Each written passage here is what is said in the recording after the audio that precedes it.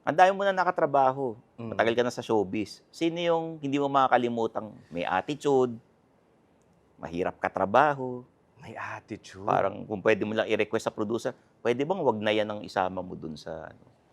Like anong klaseng attitude ba? Like, Yung parang mahirap katrabaho, ganyan, may attitude, sumpungin, ganyan. sumpungin? Oo.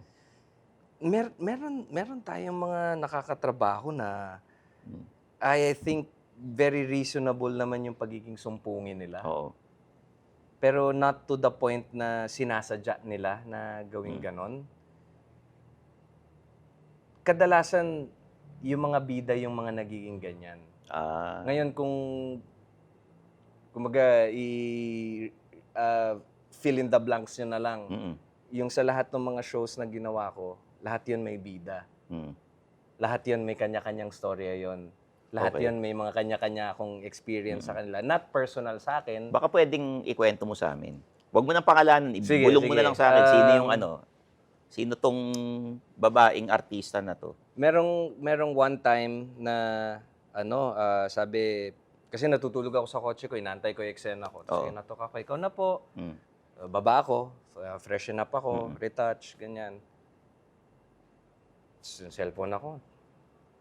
Pagkita ko sa mga 1 hour na ako nakaupo dito. hmm. Tapos labas ako ulit. Sige, cellphone, laro-laro, ganyan-ganyan. 2 hours na, ano nangyayari? Bakit Oo, hindi kinukunan yung eksena? mm. Yun pala ayaw bumaba ng sasakyan. Dahil? Kasi feeling niya hindi siya maganda that time. Parang haggard na. Ah, Haggard na siya. oo, Hindi na niya hindi ko alam yung kwento niya, mm, pero kung ako yung tatanungin, naramdaman ko na parang hindi na siya basta haggard na yung itsura niya tapos ayaw niyang lumabas do'n at kunan ako na ganito yung itsura ko. so nag-pack up kayo? So, hindi. Pinakap siya. Oo, Yung mga scenes na wala siya, tinuloy pa rin tinuloy. namin. Sino 'to? Bulong mo sa'kin. May mga ganyan. Oo, bulong mo sa'kin kung sino. Kinakabahan ako. Oo. May 500 ka ba diyan? Parang alam ko na. See? Ah, talaga? Oo. Gano'n pala siya?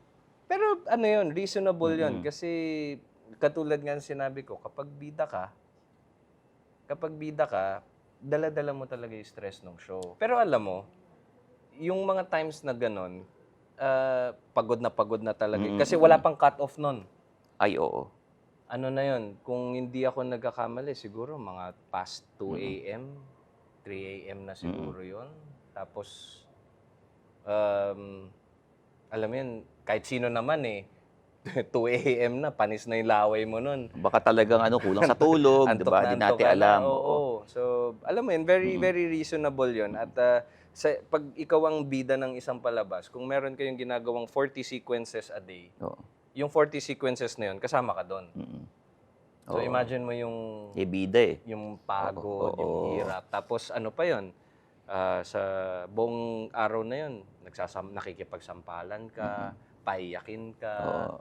patatakbuhin ka. Pagod na pagod ka Na-drained, talaga. mentally drained Oo, na tsaka physically drained. oo. May gano'n bang ano, sa showbiz, sa experience mo, may gano'ng, mentality ba 'pag ikaw yung huling lumabas sa dressing room, ikaw yung pinakabida?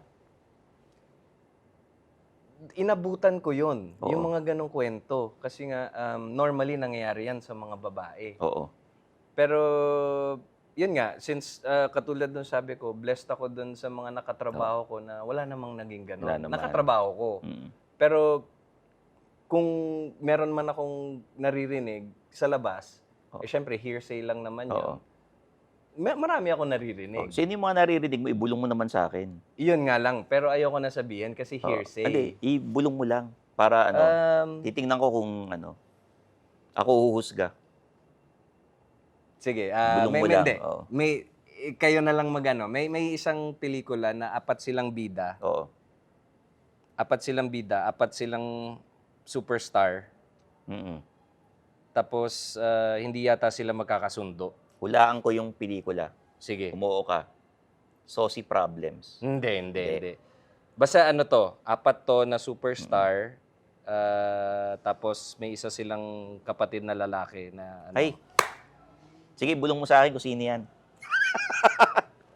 Ano to eh? Ito sila. Hindi sila close. Siguro close sila, pero dahil nga yung billing mo ay 4 na Oo. superstar, Baka medyo nagkakaroon ng misunderstanding Baka, or tampuhan, oo, baka. so hindi sila hindi ko alam. magkakaroon. Pero ito naman, nakukwento lang sa akin. So, Oo. pwede akong mali, pwedeng totoo. Mm-mm. Wag akong i-quote. Oo. Pero narinig ko na rin Oo. na, Yan. okay, kapag mga ganyan pala. Sa mga lalaki, walang ganun. Sa mga lalaki, wala. Good vibes yung mga yan eh. Mm. Pag mga lalaki, alam mo yan, chami-chami lang.